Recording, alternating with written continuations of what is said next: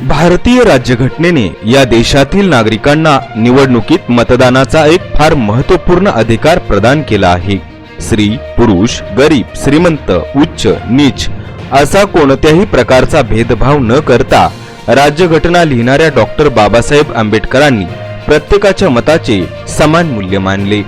समानतेचे हे एक फार महत्त्वाचे सूत्र घटनेद्वारे भारतातील प्रत्येकाला मिळाले आहे। त्याचे भान ठेवणे अत्यंत आवश्यक आहे। मतदान हे प्रत्येक नागरिकाचे राष्ट्रीय कर्तव्य आहे। याचे भान आल्याशिवाय जगातील सर्वात मोठी असलेली आपली लोकशाही सदृढ होणार नाही, हे प्रत्येकाने लक्षात ठेवायला हवे। आपण प्रत्येक जण सरकारकडून जशा काही अपेक्षा करत असतो त्या अपेक्षांच्या पूर्ततेसाठी आपणही मतदान करणे हे कर्तव्य ठरते। लोकशाहीने दिलेला हा अधिकार बजावणे म्हणूनच अतिशय महत्त्वाचे आहे। आपण एकट्याने मत न दिल्याने असा काय मोठा फरक पडणार आहे असा विचार करणारेही या देशात बरेच जण असतात, पण असा विचार आत्मघातकी असतो। आपल्या एका मतानेही फरक पडू शकतो हे लक्षात घेतले तर मतदानाचे खरे मूल्य लक्षात येऊ शकेल।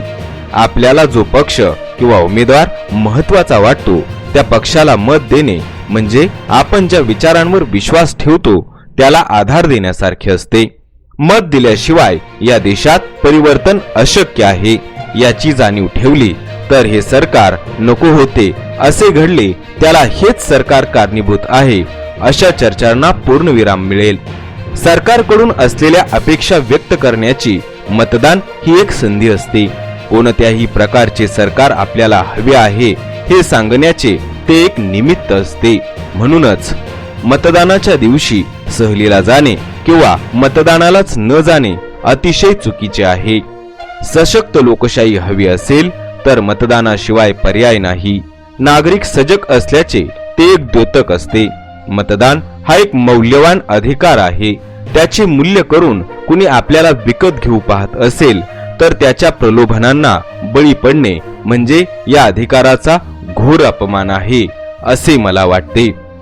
आश्वासने आणि प्रलोभनांपासून दूर राहून लोकशाही निकोप करण्याच्या प्रयत्नात प्रत्येकाने सहभागी होणे त्यासाठी अतिशय आवश्यक आहे।